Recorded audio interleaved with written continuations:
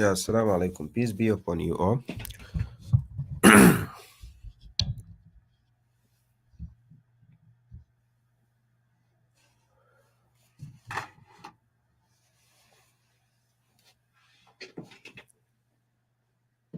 Yes, yes, yes, yes.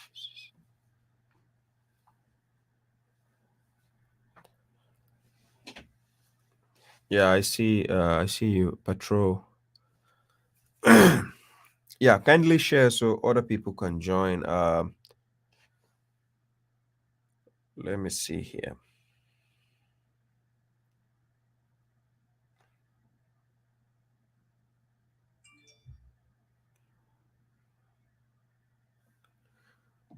Yeah, kindly share so other people can join.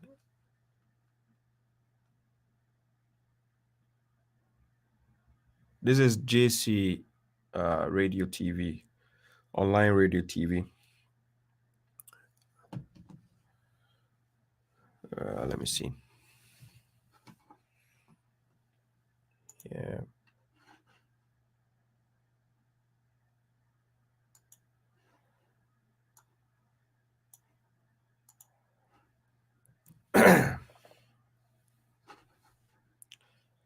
Yeah, let other people know that I'm online, streaming live on Facebook, YouTube, uh, like the correctional officers page, at the same time streaming live from my Facebook page, uh, on JC Radio TV, Facebook, and YouTube at the same time, right? Okay, let's see what I have here.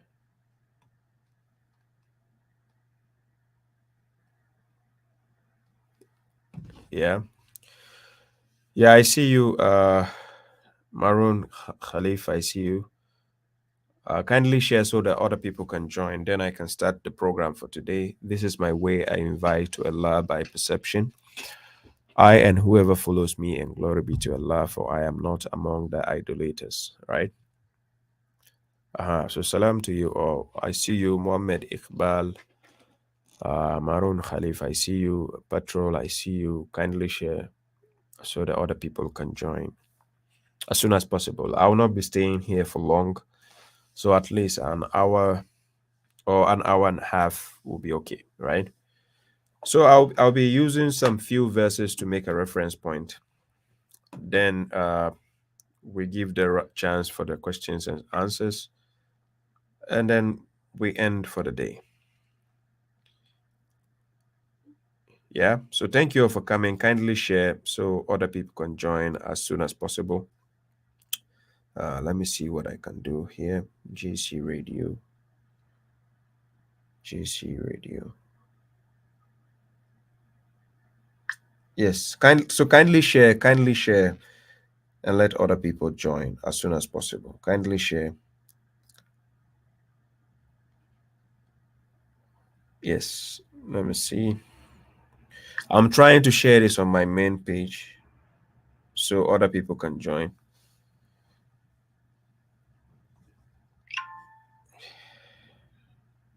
Yeah. Okay.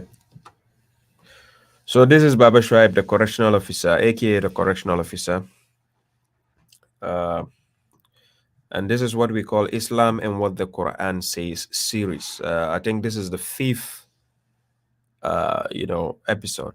Like I made it like a series, like I normally do, to just let people understand what Islam is about according to the Quranic concept or perspective, right? We all have our side of the story to tell. Like whenever there's a story or when there's the history or information that we have to actually let other people be aware of, we all have our side of the story, right? So the Quran claims to be from God, and whatever it tells you is from the Quranic perspective, which is the godly perspective, God's perspective, right? Nobody can claim to be the owner of the Quran except God. Not even Prophet Muhammad claimed to be the owner of the Quran, right? So it's God who possesses the Quran. Quran chapter 10, verse 37. And as God clearly tells us that the Quran cannot be invented by other than God, right? It is not a book that can be actually formulated by somebody other than God. So I put the verse on the screen and we see what the verse says, right? So Quran chapter 10, verse 37, it says, and this is not the Quran that could be invented by other than God, right? So he says, however, it is a confirmation of what was before it and an elaboration of the book. There is no doubt therein from the Lord of the worlds. That is what the Quran represents.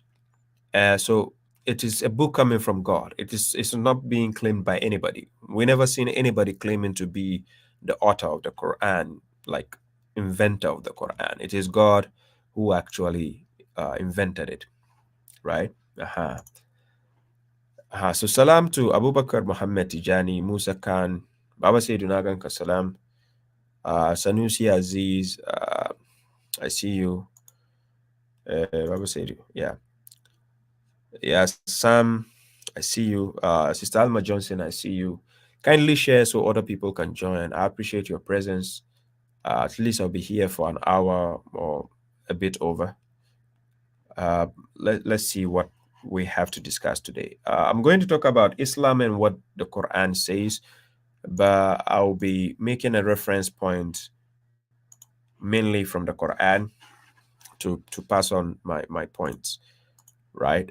So from the Quranic perspective, Quran is not a fabricated hadith, whereby if you have to read a story from another perspective, it's usually a fabrication. So, however, when we go to Quran chapter 12, verse 111, it says, there is certainly a lesson in their story for those of intelligence. And which story is that? The story of Joseph and his brothers and their father Jacob, right? So, out of this, we have what we call the children of Israel, right? So it was not a fabricated hadith, which is a discourse or a narration, right? So it is not a fabricated hadith, but a confirmation of what was before it and an elaboration of all things and as guidance and mercy for people who believe, right? Uh, so the Quran is to serve as an elaboration of the book of all things, and it is a confirmation of what was before it, and it comes from God. Now, the reason why I put a reference point here, Quran chapter 52, verse 34, is to tell you that God says, and let them bring an hadith like it, or a hadith, a discourse, or a narration like it, if they should be truthful. Because whatever discourse or hadith books you find out there is full of fabrications and innovations or lies. Yes, so that is why God actually made this claim here by saying it was not a fabricated hadith. He knows other people fabricate other hadiths, right? And claim is from God. So a narration, which is in Arabic we say qasas. This is qasas. Qasas means story, and it's a narration, and it can be a discourse. That's why it normally asks in the Quran, has the discourse of Moses reached you? As the story or narration of Moses reached you? But the proper word for story is qasas in Arabic. Qasas. But when we say narration or discourse, hadith, yes, it's in a similar fashion, used in a similar fashion, right?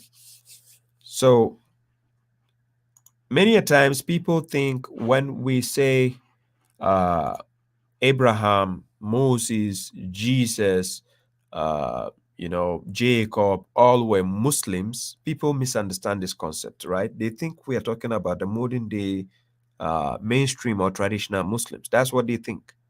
That is not actually what we mean when we say Jesus is a Muslim, or Moses was a Muslim, or Abraham was a Muslim. We don't mean that they are they are the Muslims of the modern day, as you see the modern day mainstream or traditional Muslims. That's not what we are claiming, right? So there's a misconception. People are misunderstanding this aspect a lot. Yeah. Salam, Khalil ibn Bilal. I see you, Rashitek, Balogun, Musa Seidu. Thank you all for coming. So if you have watched this series, I have it about 4 series in a row. If you go to my YouTube channel, you go to the playlist, you find JC Radio, live programs I've done. Start watching from the first episode, right? You get to understand uh, what I discussed concerning what a Muslim is, or what Islam is, and what a Muslim is, or who is a Muslim. So, like I said, Muslim, the word is an Arabic word. However, it has been Romanized in a Latin form just to make you think that the word Muslim is now modern day English. It's not English. Unlike the word, even like the word Islam, it's not an English word. It's an Arabic word, but people have modernized it to fit it into English. Same goes with the word Quran. The word Quran is not an English word. It's an Arabic word. But however, people will just, so that's how it goes, right? Salam Aziz Sanusi. So by understanding this misconception, you have the clear form of understanding what Islam is about, right? Uh, your tribal issues is a different terrain to what Islam is, or to what a Muslim is. Islam, or being a Muslim, has nothing to do with your tradition or culture, or your heritage, or your background as in the form of your race or ethnicity. No, Islam has nothing to do with that. Islam is the form, the way of life in which you have to, be in connection with your maker, right? Submission. It's an act of submitting to your maker, right? It has nothing to do with your culture or the race you belong, or whether you're fat, you're slim, you're short. No, it has nothing to do with that. So people misunderstand this concept, and many a times I see people talking about the children of Israel, right? And when they say the children of Israel, then they say Jews. No, the children of Israel, they are not Jews. However, out of the children of Israel, we have people who are Jews, right? Just like out of the children of Israel, we have people who are Christians. Out of the children of Israel, we have some who are Muslims. Out of the children of Israel, we have some who are mushriks. Out of the children of Israel, we have some who are disbelievers, kafirun. Same goes. Like in the Arab world, you have some who are Muslims, you have some who are Christians, you have some who are atheists, as a matter of fact. And then you have some who are hypocrites and so on. So understand this concept that when we say Muslim, it has nothing to do with the Arabian culture or tradition. Same goes when we say Muslim, it has nothing to do with the culture of the Israelites, or, understand, their tribe or anything. No, no, no. Islam is about God. So Quran chapter 3 verse 19, I put it on the screen, chapter 3 verse 19. And let's see what it says. I share the screen. In Quran chapter 3 verse 19, it says, indeed, the religion with God is the submission. In the Dina, in the Lail Islam, the religion with God is the submission. And those who were given the book did not differ except after what had come to them of knowledge, out of injustice between them. And whoever disbelieves in the verses of God, then indeed God is swift in reckoning. Right? So that is the verse here.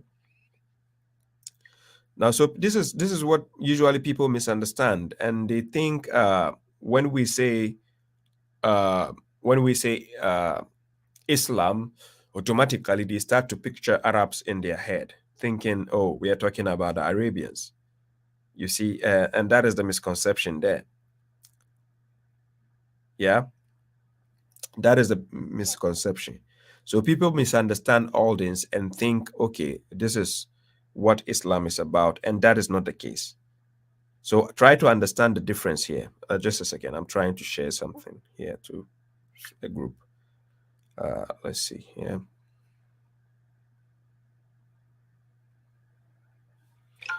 Yeah.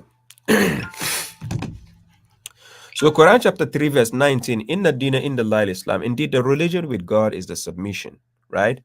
Aha. So that is al-Islam. Al-Islam means to submission. So we submit to God, and that makes you a Muslim. So you can be a Chinese and be a Muslim at the same time. Muslim is about the act of submitting to your God, your maker, and then actually having a connection with your maker. Whilst you being a Chinese is your heritage, your background, your your tribe, your culture, your whatever. That is you. So there's a difference between saying children of Israel and saying Jews. The modern day Jews you are looking at, they have inherited a pattern of a creed, of a religion. They will claim, oh, being a Jew is not about religion. It comes from Judaism, right? If you don't study, these people will manipulate you, right? Moses was not a Jew. Now, however, I see a lot of people having these misconceptions. They will say Jesus was a Jew, Moses was a Jew. Stop fooling yourself. Moses was not a Jew. Jesus was not a Jew. He's submitting to God. How again is he part of a religion which has nothing to do with God, right? It is the people who are claiming to be Jews, and it comes from Judaism. It's a religion. These people will still deny by their mouth and tell you it is not a religion, right? Now, do you expect a criminal to enter your house and is coming to steal, and you say you are a thief, and he say yes, I am a thief? No, most of the time he will say no, I'm not a thief. He goes to the courtroom. The judge is about to sentence him to life in prison. They say, you are guilty. He says, son, Your Honor, I'm not guilty. Yeah, he knows he's guilty, but I'm not guilty, right? Aha. So the misconception people are having is trying to twist words to make the children of Israel be the Jews. There's a big difference. So anytime you see in the Quran the Jews, Yahudiya, mentioned, it has nothing to do with the children of Israel. Children of Israel is about a tribe, a clan, asbat. You understand, the grandsons. That is the children of Israel. Then the matter of religion is they are submitted to God. So let's check some of the examples in the Quran. If you go to Quran, for instance, Quran chapter 10, verse 90, when Pharaoh was chasing the children of Israel, this is what he said. I'm going to show you the verse. He says, so God said in Quran chapter 10, verse 90, let's share the screen and let's see what the verse says. Right? So Pharaoh was trying to be a Muslim at the time of death, and see what God told him. So we made the children of Israel pass through the sea, and Pharaoh and his soldiers pursued them in oppression and antagonism, until when drowning overtook him, he, Pharaoh, said, I believe that there is no God except the one in whom the children of Israel have believed, and I am of the submitters. So, which is what? El Muslimin. This is what Pharaoh said, right? Of course, it doesn't mean Pharaoh is an Arabian. He wasn't speaking Arabic at that time. But the Quran is a translation of whatever transpired in history of the prophet. So God is narrating the truthful narration to us concerning whatever has transpired. Quran chapter 4, verse 87, God says, Woman asdaku minallahi ahdisa. Who is more truthful than God in narration? In a discourse, who is more truthful than God? So I would rather take the aspect of God or the point of view that God has to narrate to me concerning a particular history. That is what I prefer. Of course, human beings, they have their own perspectives. You understand? Baba Shoaib is sitting here. If you ask people who know me to write their history about me, everyone will have their own perspective. That is the point. But if God has to tell you, God will be the best to give the best narration about who I am.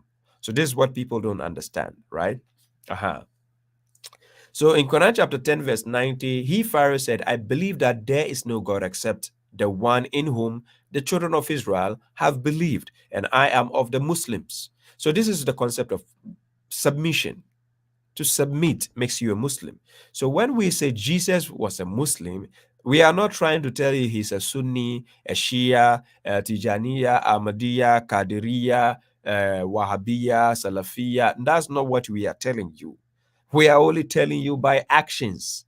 Jesus was submitting to the will of God. That makes him a Muslim. You go to the Bible, James chapter, is it chapter 4, verse 7, right? Let me confirm if in case I don't forget. Is it chapter 4, verse 7? Uh, James,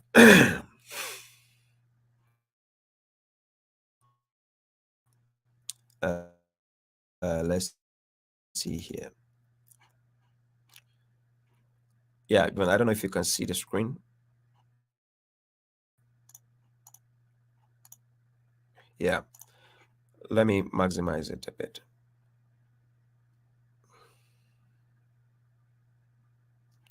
So this is James chapter 4, verse 7. The New International Version says, submit yourselves then to God, resist the devil, and he will flee from you. The correct translation of the word is submit. The correct translation, some people, New Living Translation is translating it as, so be humble yourselves. So humble yourselves before God, right? But the correct translation is submit yourselves, right? Submit yourselves. You can check it for word or word. On Bible Hub, you will find it, right? So submit yourselves to God. So that is the aspect of being a Muslim. When you submit yourself to God, automatically you become a Muslim. Just as God told Ibrahim alayhi salam, Quran chapter 2, verse 131, right? In Quran chapter 2, verse 131, it says, when his Lord said to him, submit, he, Abraham, said, I have submitted to the Lord of the worlds. And that is exactly what you found in James chapter 4, verse 7, right? In James chapter 4, verse 7, it says, submit yourselves to God, resist the devil, and he will flee from you. That is all. That's what makes you a Muslim. So when we say Jesus is a Muslim, we are not trying to tell you Jesus was was an Arab or Saudi from Saudi Arabia and doing no. Don't misunderstand these issues, right? So when we are coming back to the issue of children of Israel, when we talk about children of Israel, for instance, let me go to Quran chapter 2, verse 47, right? In Quran chapter 2, verse 47, God says, O children of Israel, remember my blessing which I have bestowed upon you, and that I favored you over all people. We are not talking about the Israeli state next to Palestine. That is not Israel. That country was formed in the year 1948. Is an Israeli state. That country never existed in the year 1945 or in the year 1946. That wasn't there. It only came to being in 1948. So you can look it up, right? And when we say the children of Israel, we are talking about Asbat, the clan. We are not talking about a nation that you are seeing there. Understand the difference, or you'll be fooled, just like our history books have been tempered with, right? They will lie to you a lot. Yes, people will lie to you if you don't tell your own stories. If you want to listen to other people's perspective about who you are, then, well, keep up. Just sit there and watch. You understand? So be careful. This modern day, we have CNN, we have BBC, we have Al Jazeera, we have, you mentioned them. Every news station have their own perspective. Every news broadcast station has its own point of view to every news, and they have certain things they have to add up to spice things up, to be the first. You understand? To give you the misinformation. And that is why social media is dangerous today. Even false news can spread quickly than the truth. So before the truth comes out, the damage has already been done, because people are not good at investigating. And what did God advise us to do? Quran chapter 49, verse 6. Look at the advice God is giving you and I. It says, "Oh, you who have believed, if an immoral person brings you news, then ascertain," meaning to investigate, "lest you strike a people out of ignorance, then you will become remorseful over what you have done." Yes. Yeah, salam to all those who are that join. Salam, Sister Stussy. It's a Watson, I see you. Salam. So you see, all you who believe, who have believed, if an immoral person brings you news, then ascertain, investigate, lest you strike people out of ignorance. Then you will become remorseful for what you have done. So similarly, every news you are watching, whether BBC, CNN, every news, investigate. Don't just believe because think the news station is tangible or solid, and then they are just giving their point of view. You make your own investigation, ascertain, right? Mhm. That is if you doubt the person. Now, even if you don't doubt the person, it's good to even investigate what the person is saying. May it be the person can be make a mistake. This is Baba Shraib, right? This is why when I make a statement, I try to put in the reference for you to see. But I can't be consistent by showing you reference always. Sometimes I can say things without a reference, but it doesn't mean I'm lying. But the point is, it is good to ask for the reference so that it can help you to keep up with the knowledge, so that you wouldn't be stuck somewhere thinking that, oh, I heard Baba Shraib saying this, I believe, but I never asked him for proof. So you understand? That's the point. So what if somebody's asking you for the proof? Well, then you say, "Oh, Baba Shraib told me." No. So that's why it's good to ask for references to statements. But mind you, some issues can be explicit; they can be directly stated, while some issues can be indirectly stated. And this is where it takes you to have knowledge in order to do certain investigations, right? So, for instance, let's say you have a disease in your skin. You cannot find it out because you don't have the knowledge. So you have to go to an expert to investigate your skin, a doctor or a skin expert, to check it up and say, okay, yeah, you are sick, you have this sickness, you have that sickness. Then he gives you the document or the proof to show that you are sick. When you are diagnosed with a sickness, the doctor gives you a certificate or a document to show that you are actually sick. This is the proof, so that you can show for it. You can't just go and stand somewhere and say, "Hey, I'm sick.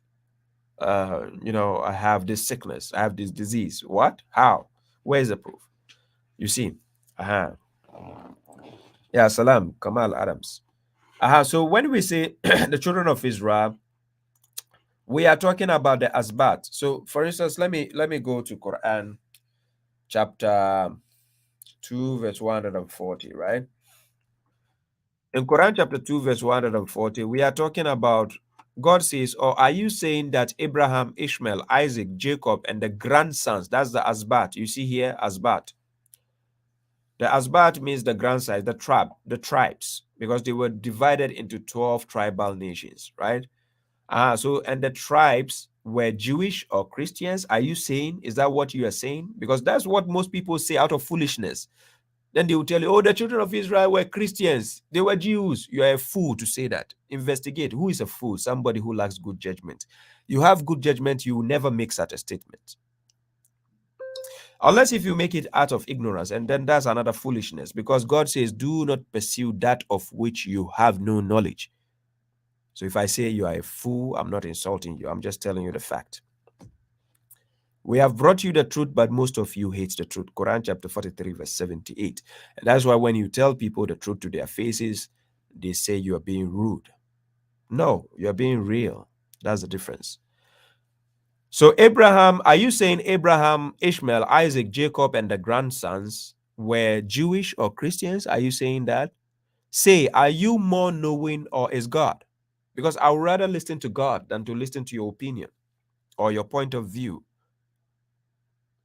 So God is saying, who is more unjust than one who conceals a testimony with him from God?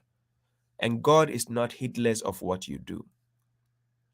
So the children of Israel, they were neither Jews nor Christians, and they are the Asbat. So if you doubt that they are the tribal nations God have divided as Asbat, then I take you to Quran chapter 7. Then we go to 159. So chapter 7, verse 159, God says, and among the people of Moses is a nation guiding to the truth, and by it they do justice. Then we go to 160. And we divided them into 12 tribal nations. So you see the word Asbat again. So God divided the people of Moses into 12 tribal nations. And we inspired to Moses when his people asked him for water, that strike the stone with your staff. Then 12 springs poured from it. Every people already knew their drinking place. And we shaded them with clouds and sent down to them manna and quails. Eat from the good things which we have provided for you. And they did not wrong us, but they were wronging themselves. So these are the children of Israel, because Moses is part of the children of Israel. So they were divided into 12 tribal nations. So they are the ones we call Asbat, right? Do you see? Asbat. So when we say the children of Israel, we are talking about the tribal nations who have actually submitted to God. It doesn't mean all of them were Muslims. Some of them are kafirs. If you don't know, let me show you a verse. Some of the children of Israel are actually disbelievers. If you go to Quran chapter 5, verse 78, in Quran chapter 5, verse 78, it says, "Cursed are those who disbelieved among the children of Israel by the tongue of David and Jesus, the son of Mary. That was because they disobeyed and were trespassing." So among the children of Israel, we have people who are cursed. They were disbelievers. And then among the children of Israel, we even have some who became apes. That is the one the scientists went to discover their remains and say people, Africans or people come from monkeys. No, that is not the point, right? You just found the halfway evidence of something doesn't mean that is the truth. You see, so that is the misconception the scientists brought to you and make you think that, oh, we are coming from monkeys or we are coming from the apes. And that is not the point at all, right? So I think that one you find it in Quran chapter, is it, uh, yeah, started from Quran chapter, yes, here. Yeah, the reason why they were punished to be as such is because when you read, let's say, let me start from 161, chapter 7, verse 161. God says, "And then they were told, dwell in this town and eat there from wherever you want, and say humbleness, and enter the gates in obeisance. We will forgive you for your faults. We will augment those who are benevolent. But those who were unjust among them changed to a word other than what they were told. So we sent a punishment from the sky upon them because they were transgressing, and asked them about the town which was existing by the sea, when they trespassed on the Sabbath, when their fishes came to them on the day of their Sabbath as legislated. And the day there was no Sabbath, they, the fishes, did not come to them. Thus did we test them because they were acting immoral." 164. And when a nation among them said, "Why do you admonish a people whom God will annihilate or punish them with a severe punishment?" They said, "To be pardoned by your Lord, and perhaps they will what? Become pious." 165. And when they forgot what they were reminded, we rescued those who abstain from evil and seized those who transgress with a wretched punishment because they were acting immoral, right? Now, this is the part. 166. And when they were insolent towards that which they were forbidden, we said to them, "Be despicable apes," right? Now, this can be taken literally or non-literally. If you take it as non-literal, then we are talking about copycats. When you say somebody's a monkey, it's somebody who likes to copy other people, right? So copycats, right? It can be taken literal or non-literal. So based on this, chapter 7, verse 166, this is where scientists actually went to Africa. They discovered, human remains. I think they named that remain Lucy, and they say, "Oh, we came from Monkey." No, that's not correct. It was actually people who were made to become such, right? For people who are wondering that, can a human being become an animal? You go to Africa and find out. Yes, in sorcery, yeah, it does happen. People do that sorcery. You see a person, a human being become a cat or a bird or something. Yeah, it actually exists. And this is not a joke, right? And that is why when Musa went to meet God, he had a conference with God and he threw his staff and it became a snake. He started running because he thought it was a jinn, because the jinns also do that. They take animal forms, shapes and forms, right? And this is real. I'm not joking, for real. So let's go back to the point. So when we say the children of Israel, we are not talking about Jews or Christian. No, children of Israel have nothing to do with Jews or Christians. This is a tribes. These are tribes, and this is a religion, right? So don't be confused when you see people say, we are the Israelites, we are the Israelites. Like in America, there's a black American groups, like they will say, we are the Israelites. They have formed it as a religion, right? Trying to make it, and then it will get to the point they will say, it is not a religion. No, you are asked to submit to God. That is the aspect of religion. Nowhere did God say your religion is called Israelites or, no. That's the point. There's a confusion out there. Yeah. Okay. So what I want people to understand is if you go to Quran chapter 27, verse 76. Now this verse I'm going to talk about is very, very interesting. That if you're if you're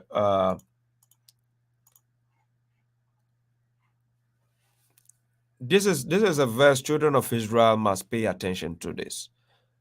In Quran chapter 27, verse 70 says, indeed, this Quran narrates to the children of Israel most of what they are disputing about. You understand? So this Quran, even though it was revealed among the to the Arabs first, but that doesn't mean the book belongs to the Arabians. So this is the misconception that people don't usually understand, right? The story in which is contained in the Quran, or the main aspect of the Quran, what is not meant for the Arabs. It's actually meant for the children of Israel, right?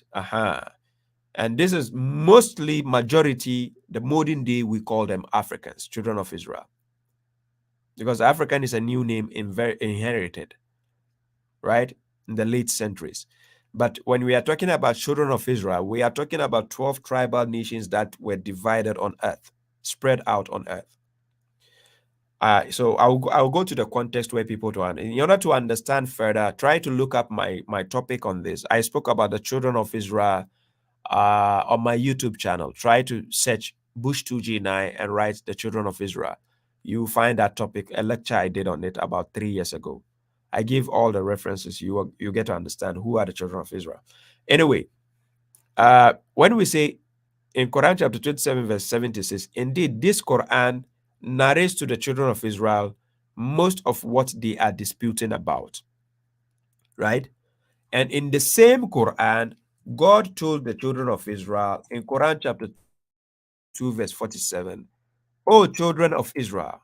So you can see, even though it is the Quran, but there's a message for the children of Israel inside the Quran.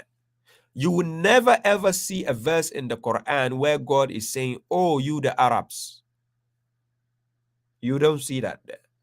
But you see the children of Israel. Oh, children of Israel, remember my blessing which I have bestowed upon you, and that I favored you over all people. Right?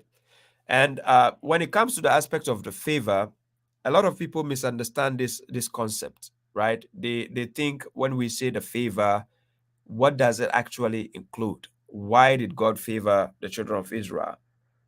So let me take you to this verse.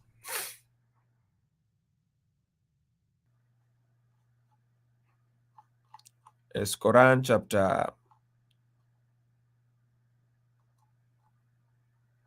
yeah. Here, when you go to Quran chapter 45, verse 16, God says, and we suddenly gave the children of Israel the book, the judgment, and prophethood, and we provided them with good things and favored them over all people. Now, this is the favor we are talking about. right? This is the favor God has done to the children of Israel. We certainly give the children of Israel the book, Al-Kitab, right? When you go to Quran chapter 17, verse 2, God says, وَآتَيْنَا مُوسَى الْكِتَابَ وَجَعَلْنَا هُدًى لِبَنِي إِسْرَائِيلَ أَلَّا تَتَّخِذُوا مِن دُونِي وَكِيلًا. And God gave Moses the book to serve as a guidance for the children of Israel. So God said, and we certainly give the children of Israel the book, the judgment, and the prophethood. So the children of Israel had a lot of prophets, right? Like we have David, we have Solomon, we have Job, we have Jesus, we have Moses. You mentioned them a lot. And we provided them with good things and favored them over all people. You check in history, people who are called the children of Israel, go and see how many resources God has given them. The natural resources, the mineral resources, everything. You mentioned it. Everything has been given to the children of Israel, but we are ungrateful. So this is what God says he will do to us. Let me show you what the promise God made. In Quran chapter 7, verse 167, I'm going to read and show you why the children of Israel are struggling today. Chapter 7, verse 167. And when your Lord announced that he will send against them till the day of resurrection those who will inflict on them an evil punishment. Indeed, your Lord is swift in penalty, and indeed, he is forgiving and merciful. And we divided them on earth as nations. Some of them were righteous, and some of them were other than that. And we tested them with goodness and badness so that they will revert. Then he succeeded after them successors who inherited the book, taking the exhibition of this lower life and saying, we will be forgiven. But when an exhibition like it comes to them, they take it. Was the covenant of the book not taken from them that they will not say about God except the truth and study what is therein? Because that is why God favored the children of Israel over all people. He favored them with the book and the judgment and prophethood. So God is still giving us that favor because it's a covenant that we have taken with God. So we have to uphold the book of God, speak the truth, study the book, and tell people what God says in his book. Look, even in a classroom, you cannot let every student become the class prophet. There's always one favorite one you have to choose. It doesn't mean you dislike the other students. No. But there's a preference you always give to one particular student so that he can be in charge of other students. That is the favor God gave the children of Israel. But what do you see happening? Children of Israel have actually discarded the books of God, the book of God behind them. They don't even uphold, they don't follow anything from the scriptures. They only say, verbally, nothing do they follow, they practice.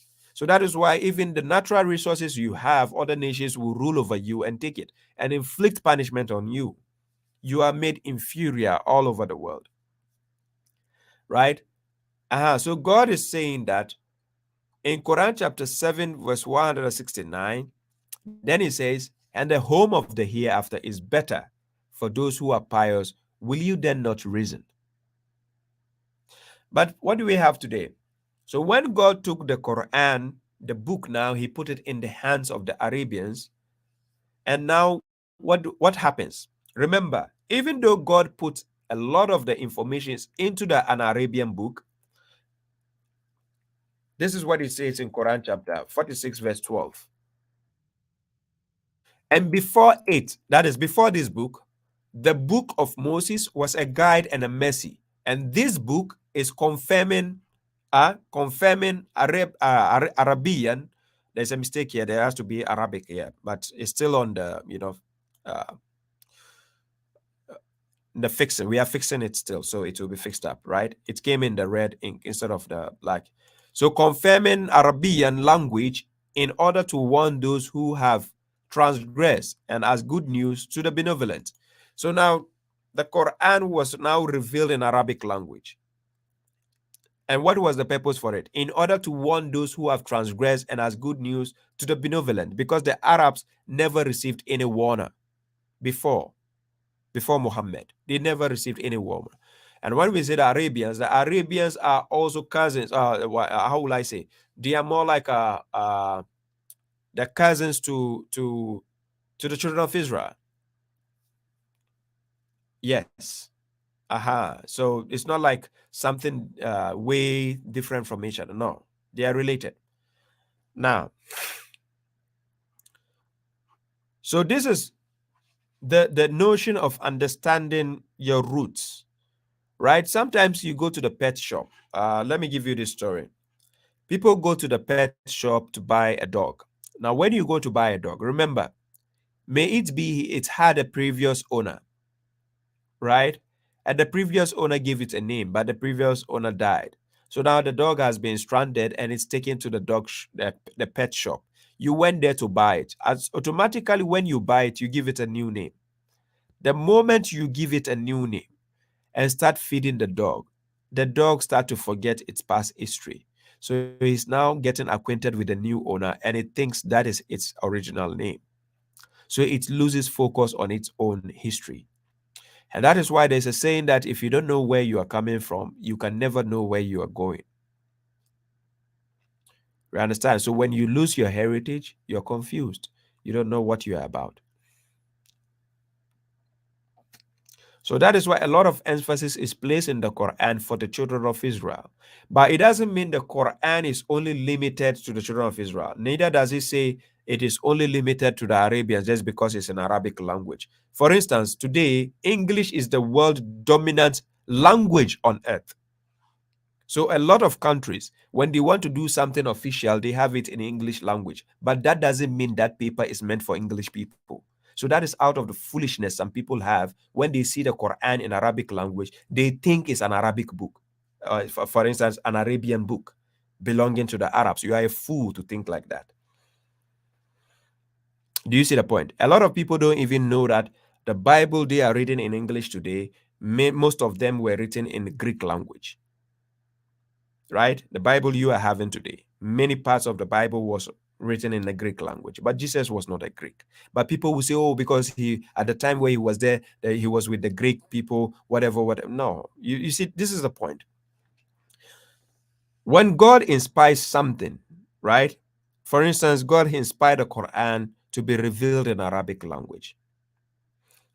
Now, possibly at that time, because if you check from the story of the Quran, chapter 9 and chapter 8, it tells you that the Arabian language was a dominant force at that time, at that era. So the book has to be revealed in Arabic language. Now, why am I saying that? Now, even the people who are Jews, the Jewish people at the time of the messenger, if you go to Quran chapter 5, verse 41, this is what God says. O you messenger, do not be saddened by those who hasten into disbelief among those who have said, we believe, with their mouths, while their hearts do not believe. For among the Jews are those who listen to falsehood. They listen to other people who have not come to you. They distort words out of their places, saying, if you are given this, then take it. But if you are not given it, then be careful. But whoever God intends to test him, thus you can never control anything against God for him. Those are the ones whom God does not intend to purify their hearts. For them is disgrace in the world, and they will have a terrible punishment in the hereafter. You see, so that is the point here. So when you take the notion of uh, thinking that why did God reveal the Quran in Arabic language? Was it only for the Arabians? No, that is not the point. It is the dominant language at that given era. Of course, that is when God has to choose to speak to the people. So that is why the Quran is a guidance for mankind. It's not only limited to the Arabians or children of Israel. So somebody might say, if the mostly part of the Quran was addressing the children of Israel, then why did God choose Arabic language? He could have chose Hebrew or Aramaic or Amharic or something. But he decided to choose Arabic language. But it never said, oh, the Arabic language in the Quran is only for the Egyptians, or is it for the Iraqis, or is it for the Syrians, or is it for Lebanese, or is it for Palestine or Saudi Arabia? No. This is a Lisanun Arabian Mubin. in a clear Arabic language. So there's a difference here, right? Just like English language, we have different versions of English. We have British English, there is Scottish English. There's Scottish English, there's Irish English, there is American English, there's Australian English. You go on. There's even Nigerian English, there's Ghanaian English. So there are different versions of English, right? Different versions and different dialects. Now, what people don't understand is if somebody from Britain is writing a letter to somebody in United States and he's spelling the word color, the word color, let me write the word color here.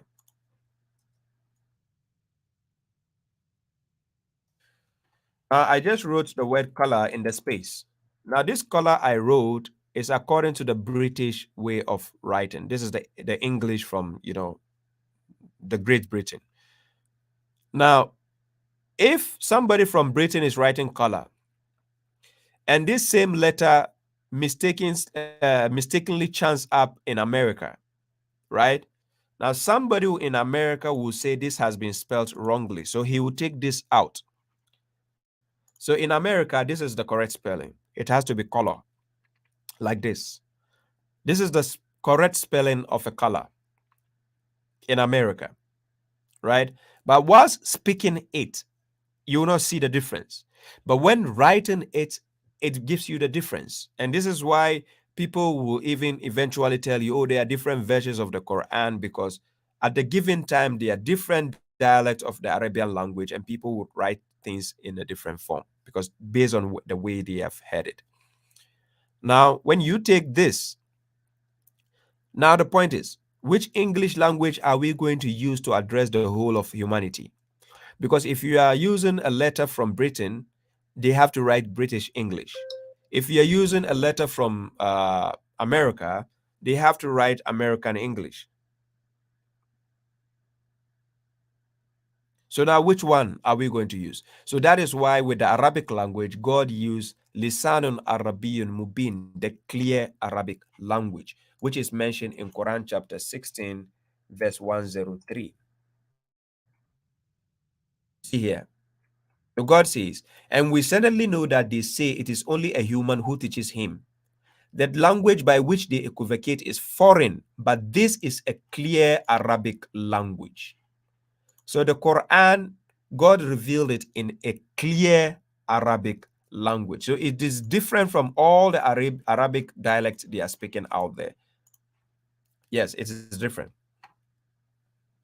You see. Okay, so let me see the questions I can go through before I end this program. I have to go soon. Yeah, salam, Tom Johnson. Bonnie Abdullah, I see you. Salam. Thank you all for coming. Emily Trinity, you're saying something. Uh, yeah, salam, Abdul Samad, I see you. Ismail Suleiman, I see you. Reflecting Real Islamic, I see you.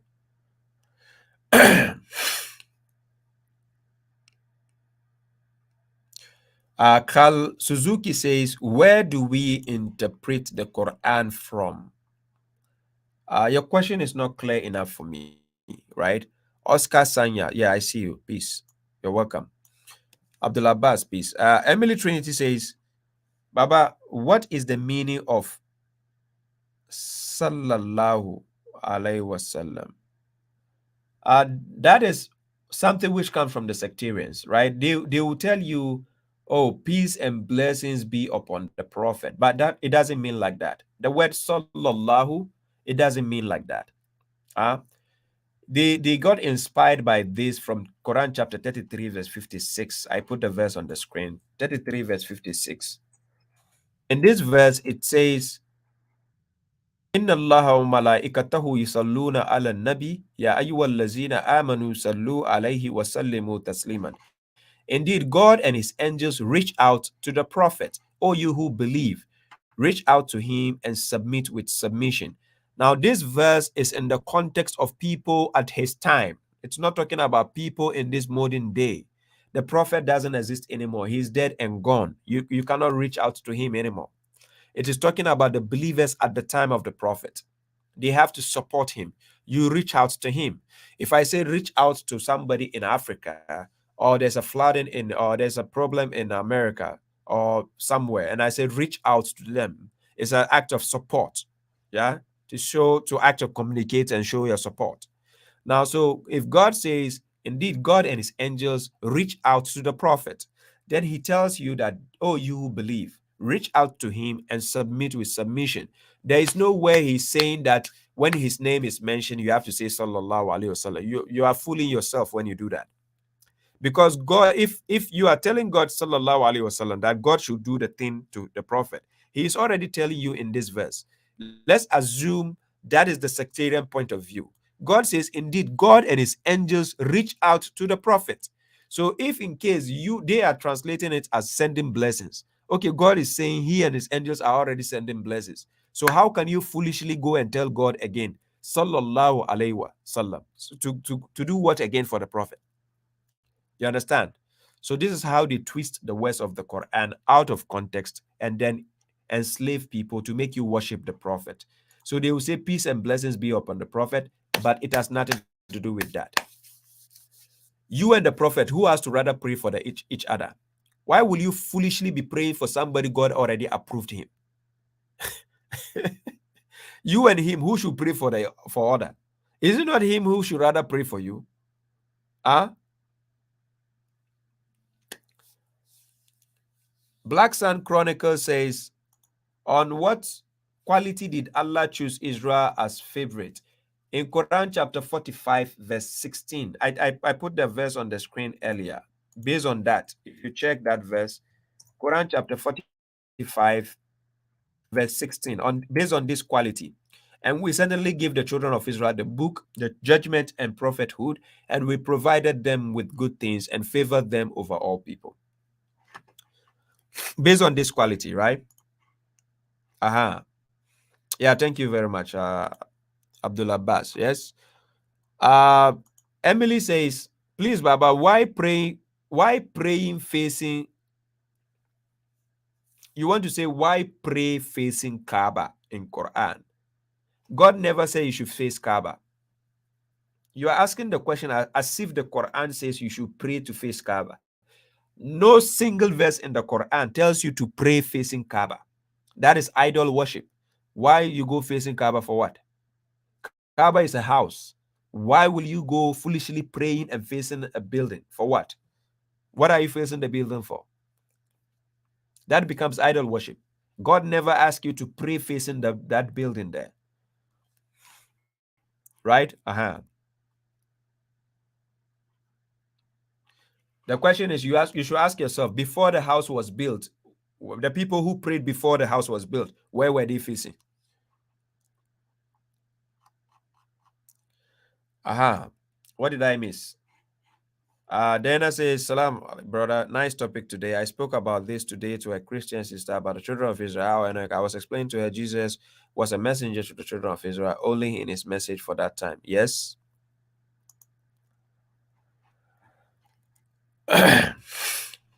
Abdullah Abbas says, Baba, is Salatul Wusta directly after Isha? There is an interval. There is an interval. If you check Quran chapter 73, verse 20, where God says, indeed, your Lord knows that you get up less than 2/3 of the night, half of it and 1/3 of it, and so do a faction of those who with you, right? So this is the timing for the night salat, right? You see it's less than 2/3 of the night, half of it, and 1/3 of it. This is the timing. You see it on the screen. So for the night salat, if you want to do, that is the timing for it.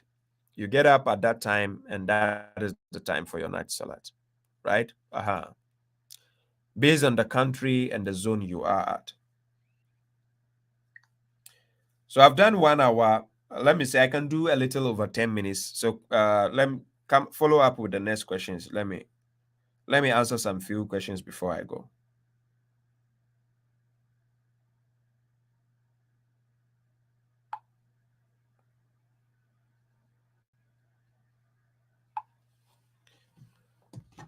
Uh, yeah, you're welcome.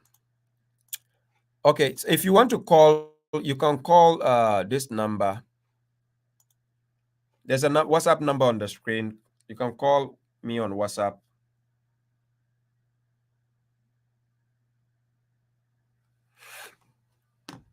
to ask your question. Uh, Let me see. But if you're typing too, no problem. God never asks you to do 1 rakat, 2 rakat, 3 rakat. There's no fixed rakat from God which is mentioned. No.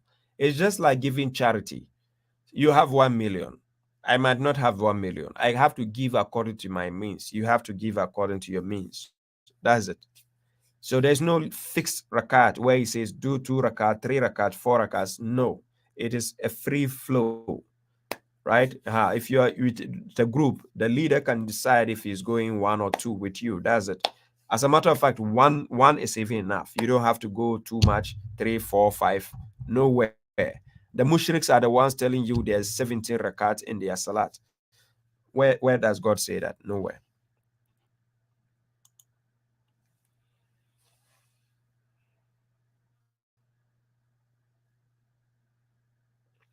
Black Sun says in that verse, Allah says what he gave to the children of Israel and what he chose them. But why? Okay, let's see. Somebody's calling. Let me answer this. Hello. Yes, hello. Your name Hello. and where I'm you're watching calling your from. stream. Yes, I'm calling you from Austria. I'm the Black Suns Chronicle, and I made you a question on why did Allah chose the children of Israel as His preferred nations, so to say, and you recited or you pointed me to that verse, but in that verse doesn't show the why. It just shows that He chose them and what He gave them. Yeah, Maybe well, I'm mistaken. Just correct me. I don't think you understand the point carefully. You asked me why, and I'm showing you why he chose them. He chose them by giving them the prophethood, the book, and the judgment. That is the reason why he said he chose them and favored them. Because he didn't, we never see in the Quran where God says he chose a particular tribe or nation of people and keep giving them prophets and the books and the judgments. You never see that in the Quran. You only see consistently he keep choosing children of Israel, giving them prophets, giving them the books, and giving them judgments. That is the preference he did. Yes, but why did he prefer them instead of other nations? So let me give you an example. In a classroom, right? A teacher decides to choose a class prophet. The teacher always have a reason why they have to choose. They choose which Yes. one they want. The students don't have the right to say, "Oh, sir, why did you choose him or her over us?" The teacher has his or own preference to decide what assignment he or she wants to give, right? So when you check the wisdom behind why God chose the children of Israel, you always choose the one whom you think or assume can fit in the criteria to do the job you want to be done, right? So now, God choosing the children of Israel, he made us understand that he can actually choose another nation. And that's why he chose the Arabs to inherit the Quran after the children of Israel.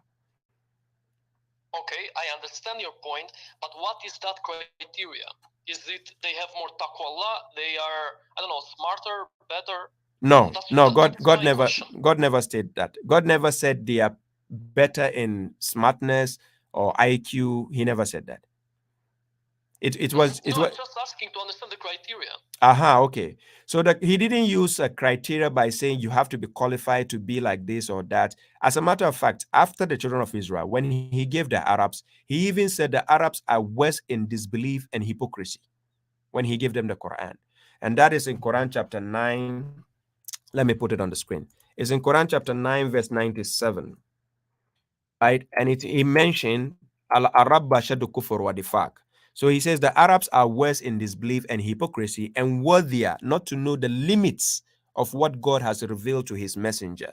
And God is omniscient and wise. So you can see if it is by intelligence or IQ, he will never even choose the Arabs because he's saying that they don't even know the limits of the book of God or what God has revealed. but he chose to give them the Quran. Okay, that is very interesting. Yes. So this is the way God does his things. For instance, let me give an example. If you check the list of the best prophets God has chosen, right? I put it on the screen right now. Chapter 38, verse 44. If I read downwards, the best prophet God chose, Prophet Muhammad's name is not there. Prophet Suleiman, Solomon's name is not there. David is not there. He chose Abraham. I'm going to show you the list. Chapter 38, verse 45. And when I read, let's say, let's start from um, oh, sorry, I said, did I say 38? Let me see. Yeah, let me see. Is it 38, 45? Okay, nevertheless, I understand your point. It's Yeah. not that God gives us the criterion, Uh-huh. but He tells us that He chose these people, Yeah. even though these people were not thankful or whatever, right? Yeah, even though they are not faithful, it doesn't have to be with their faithfulness or how will I say? It doesn't have to be with their intelligence or because they are very intelligent or smarter than somebody. Do you Okay. understand? Aha. So Yes, yes, I understand very well. yes. Aha. So it has to be with the way God actually decide to choose. He has his own criteria. It doesn't necessarily have to be the way people would think, oh, this person has to be very intelligent before he is chosen, or this person has to be like this before he can be given this assignment. No, it is God out of his own favor. He just checked children of Israel. He chose them. When they failed it, he has to now give it to another nation. He gave it to the Arabians. Now he chose somebody among the Arabs to actually give the scripture to him. Okay, you understand? And one last question, if you have time, of course. Mm-hmm. It's going to be quick, I think. While I read the Quran, it comes a point that it gives me the idea that God sends prophets and messengers to the nations that they mostly need it or that they have been led astray. It's like the doctor goes to the person that is more sick. Is that a correct analogy? Can you repeat the question? Repeat the question again. Okay. Is it a right analogy to say, for example, that a doctor goes to the sickest person first, just like the prophets that Allah sent to the nations? So these nations were the most led astray. That's why God sent them there instead of other nations. Yes. For instance, even in the Christian concept, they have where Jesus was saying that it is not the one who is healthy who needs a physician, but the one who is sick. So the point is, you always go to the weakest ones first to advise or to admonish those who are corrupt in manners, those who are totally heedless of help. So even in a family, let's say a father and a mother who give birth to, let's say, 3 kids, if they have 3 children, they always pay attention to the weakest one first. True. Yes. So with all this, because both the Arabs and the children of Israel are corrupt in terms of, in terms of the godly aspect, they are very corrupt. They will frequently need reminders. They will frequently need guidance.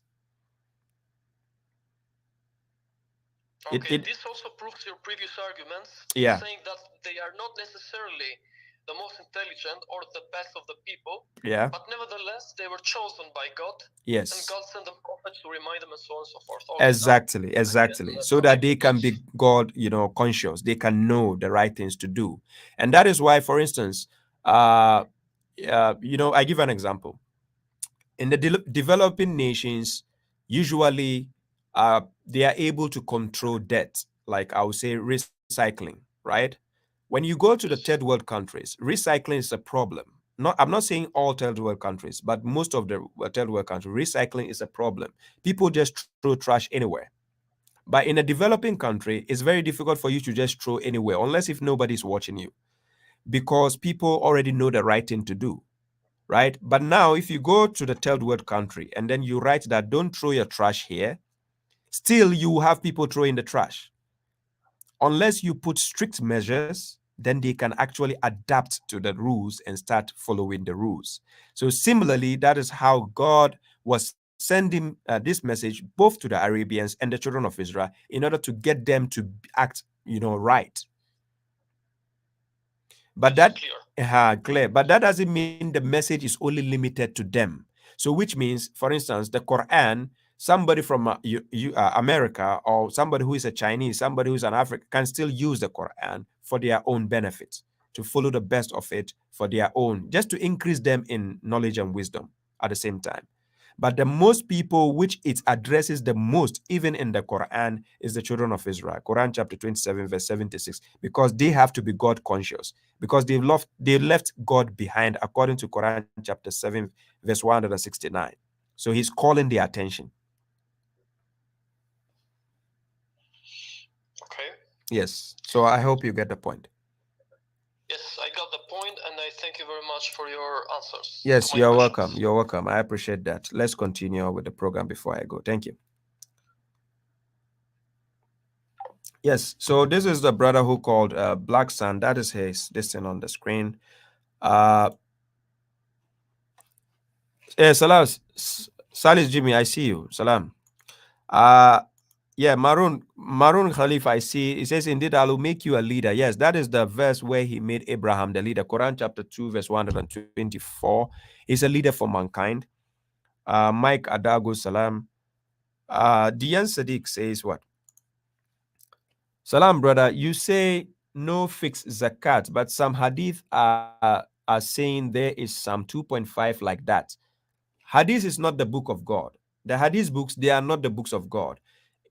The Quran is the book of God. If you're working in the company, is it your boss who makes the rules and regulation, or is it an outsider who gives you the rules and regulations? So if your boss never gave you such a limitation, why taking such a limitation from a book God never authorized? Do you see the point? So the hadiths are making rules. If you want to follow, if they are the God, follow it. Quran chapter 42, verse 21. Let's see what God says. Quran chapter 42, verse 21. It says, or do they have idols who have legislated for them of a religion to which God has not authorized? And if not for the decisive word, he will have judged between them. Indeed, the transgressors will have a painful punishment.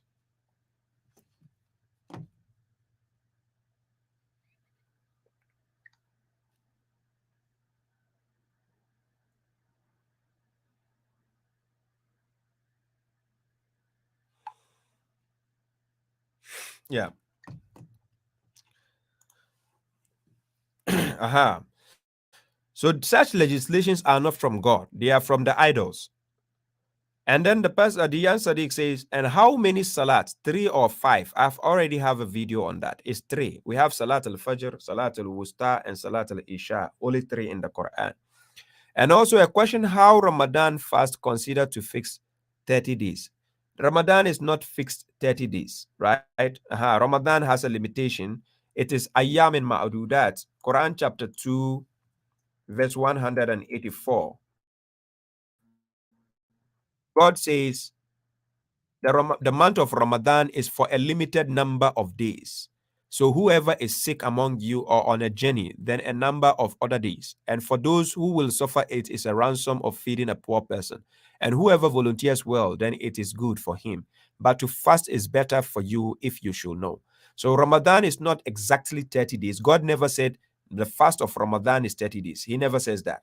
However, it is a limited number of days, right? It varies. It varies, but it is not a fixed 30 days, right? Ladies and gentlemen, I've done a bit over 1 hour. I think I have to bring very windy in Finland today. It's very windy outside. I have to be able to get home on time. So, ladies and gentlemen, I have to bring the topic to an end. I'll be on my page on Wednesday, God willing. We see and then we keep up with the correctional officers program on my page. So this is JC Radio based in Finland. It's a new radio station. I think it's less than a year now. So kindly follow the page. Let's grow the page. Let's make it a big platform. This is Baba Shraib, the correctional officer supporting JC Radio TV, both on Facebook and YouTube. And at the same time, you know where to find me on my page, Bush2G9, Baba Shraib, the correctional officer, you know, as well. So thank you for the support. I appreciate your presence. Dede says how many days? There's no fixed days. It's a limited number of days. So it depends on which month, the month, how it falls. From the time you see the crescent, the new moon, and the time you see the old moon, which is the waxing crescent and the waning crescent. That is how you count the month.